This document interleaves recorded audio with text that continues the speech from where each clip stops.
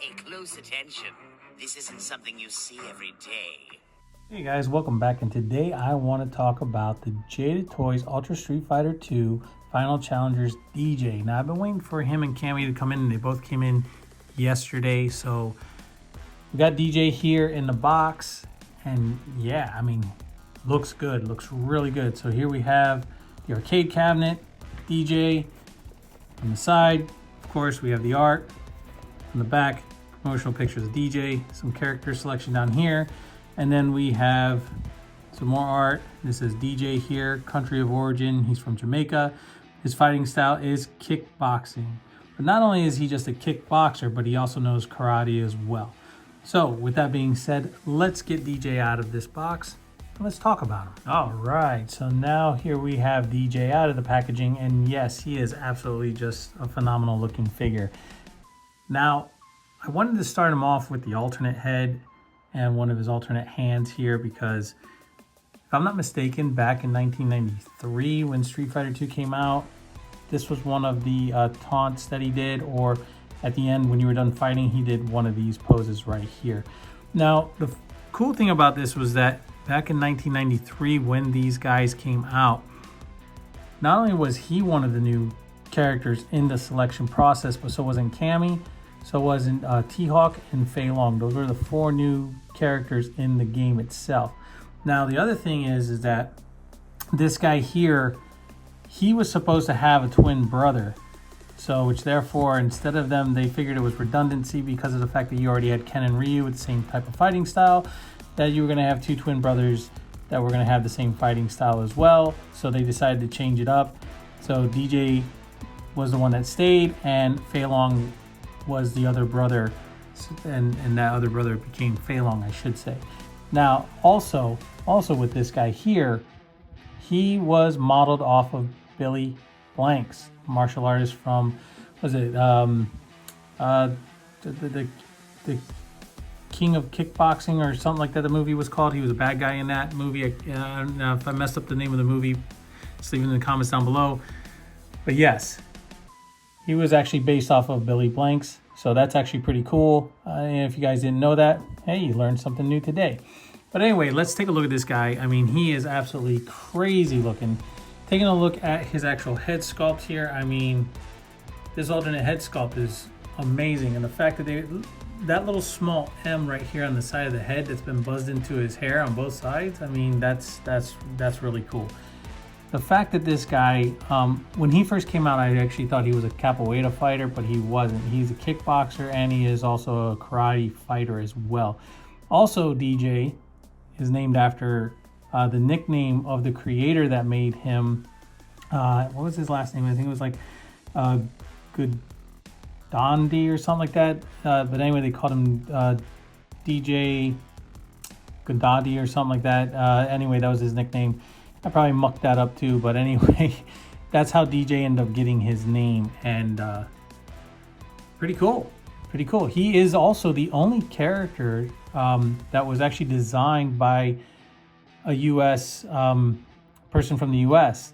So yeah, that's actually pretty amazing as well. But anyway, back to the figure here. So we also have his chain, which is also one of his accessories that they included, which is actually pretty cool. It's a little tiny metal chain that he has here. I'm taking a look at the muscle structure on this guy. Nicely done. His wristbands, not a lot of paint slop or anything like that. And then coming down to his actual pants, it says maximum on the side, and very well done. I mean, the whole figure all the way around is very well done. And the fact that his braid back here is also, you can swivel it to move it however you want to move it. So if he's jumping in the air, you can give it some articulation, and that way it actually will move with the figure itself. And of course, you can see his butterfly hinges here for the shoulders. Nicely done.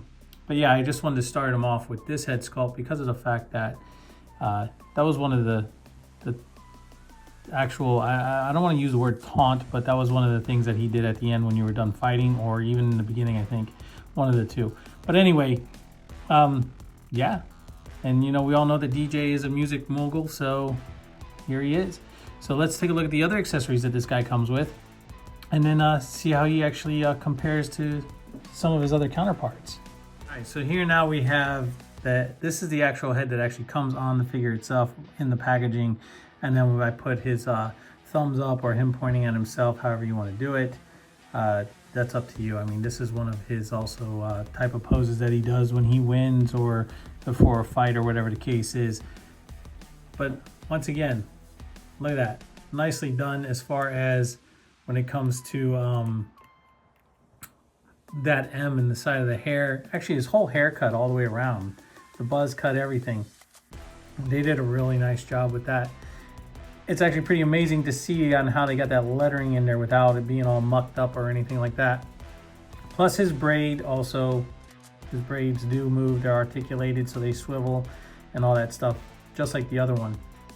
And then of course, you know, you got his thumbs up, so that's pretty cool.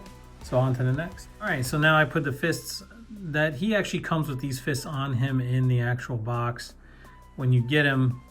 But I, you know, wanted to show off a few other things first, and then now here are the fists. Next we have his effect, and let me tell you something, they did a fabulous job with this. Of course, it comes with a nice little clicker stand, plugs in right here, so you can have this effect right here of him doing like that flash uppercut or punch, whatever you choose to have him doing with this. I thought that was pretty cool. And then there is another alternate way that you can use this, and you take it and you plug it in right here, and you can make it more like this. So if you wanted to, you could have him doing that, which his arm would probably be up more considering the fact that you threw it, or it could be from one of his kicks. Either way. Give me a second because I'm going to switch this around so that way I can show this off to you guys and you guys can actually see what I'm talking about. All right, so I have him balanced out right here right now, and he's throwing out that kick so you can actually show that wave. It could be a front kick, it could be an axe kick, it could be a side kick like this, however I pose him. However you choose to do what you want to do with this guy is absolutely up to you. Now when it comes to posing this guy, like I said, you could do this effect in two different ways. Flat, straight up and down in that crescent moon. But when it comes to posing this guy, I mean, he poses like no other. And he is, I think they did a fabulous job with this character. I think that Jada Toys is just knocking it out of the park when it comes to these Street Fighter characters. And man, let me tell you something, I can't say it enough, but I mean, look how quick that was. And you all know that I'm horrible at doing this kind of stuff when it comes to posing these guys on camera. And I'm not swapping out the alternate head or none of that kind of nonsense, but I mean, you want to have him throwing up an axe kick, and I'll try and get it the best that I can with the figure. Here you go. I mean, it's not straight up and down like Chun-Li can get. I guess if you turn this, you get a little bit more articulation to get this inward like this. I mean, it kind of breaks up the sculpt, but no, it won't do it. But there you go. There you go. I got him to do it. There it is. Get himself with a front axe kick going on to somebody here. Not too bad. Get ready to bring it down onto their clavicle. Not bad at all. You want, I mean, just having him just doing whatever kind of pose you want to do. And I'm only going to do maybe one or two more, but I mean, you want to have him kind of sprawled out like this, and he's kind of blocking, you know, his head and getting ready to punch somebody. You can have him doing that, which is nice. So like if he's going up against Balrog and Balrog throws a punch and he blocks it, he's getting ready to, you know, wind up to hit Balrog back for a return. I mean, punching wise, can have him sit here throwing himself a nice cross punch coming across to somebody. I mean, that's just fabulous. Knee kicks, you can get him doing knee kicks, all sorts of good stuff like that. And like I said, just beautiful way of posing this guy. And I mean, he is easy to do it with, as long as I'm not fumbling with him. But yeah, you can move him around, and you know, the chain's gonna move, so you're just gonna have to fix it. And I'm just kind of flopping him around right now. But even if he was kneeing somebody in the face, get that foot with those toes pointed downward, and yeah, I mean, you know, I mean, he would actually be grabbing a hold of somebody. And he doesn't have any grabbing hands, but still, I mean, the fact that he can do a cross body with these butterfly joints that he has, that's actually pretty cool too. Get a nice block going from like a kick or something, blocking his midsection, his upper, mid, or lower gate, either way, but still you can get him into a lot of poses. So let me get him settled here, and then we can take a look at how he compares to a couple of his other counterparts, or one of his other counterparts, I should say, because I don't have a whole lot of people out, so, or figures out. So let's just do that, and then we will give you my last final thoughts on this review, and we'll end it. Okay, so here is how Dee-Jay compares to Guile in this line. And I do have Guile's knees slightly bent. Guile is a little bit more. He is significantly taller than Dee-Jay is, but still, you have two different fighters, two different sizes. I mean, just the body sculpts alone, you can see that they're not like a reuse.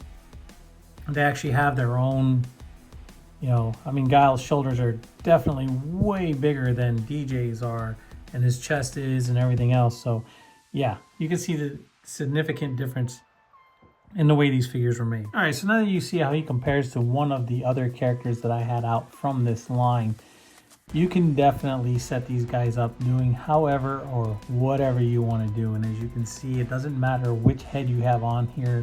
The alternate head, the head that comes on him with his stoic grinning face, the fingers pointing out and him pointing at himself. You have a guy who just was taken from the actual game, brought to life. It's a beautiful, beautiful piece of art. And like I said, Jada Toys is definitely knocking it out of the park when it comes to these figures. Now, I got mine off of BBTS. I'm going to tell you this. You cannot find these guys in Targets anywhere out here on Long Island. So, yeah, good luck if you live, you know, maybe in the city of New York, but not, or upstate, but not, not anywhere here on the East Coast are they showing up. So I was able to get mine, like I said, off of BBTS, and they just came in like yesterday. I got Guile beforehand, like a week beforehand, something like that, before these guys came in. So yeah, but do I think they did a fabulous job on this figure? Absolutely. I mean, they're just knocking it out of the park. It doesn't matter if it's Chester Cheetah, if it's gonna be Scooby-Doo, or if it's gonna be Mega Man. They're just doing fabulous work. And yes, it takes a little long to get these guys, but you know what? If you're gonna keep getting great pieces like this for the price that we're getting them for, they're definitely worth the wait, I can tell you that. And before I forget, I just want to show off his background here. This is, you know, his fighting stage right here, which all of the figures come with. So you can actually set them up however you want if you want to keep this. If not, then, you know, you do what you want with it. But I think it's cool that Jada includes that with every single one of the figures, and they're all coming in that little arcade cabinet, which is pretty cool.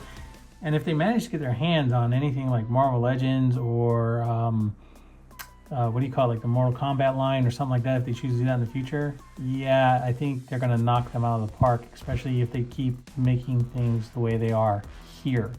I mean, price point wise, was it 24 bucks, right? Well, with tax, so let's say $26 altogether. I mean, for what you're getting with these figures is just absolutely phenomenal. So with that being said, guys, I hope you enjoyed this review on Ultra Street Fighter 2, the Final Challengers Dee-Jay. And yeah, I do. I hope you guys really, really enjoyed it. And I hope you guys all had a happy and wonderful, safe Thanksgiving. And yeah, please like, subscribe, share, leave a kind comment down below. And as always, hit that notification bell so you never miss out on anything new. And no matter where you guys are, I'll catch you on the flippity flip.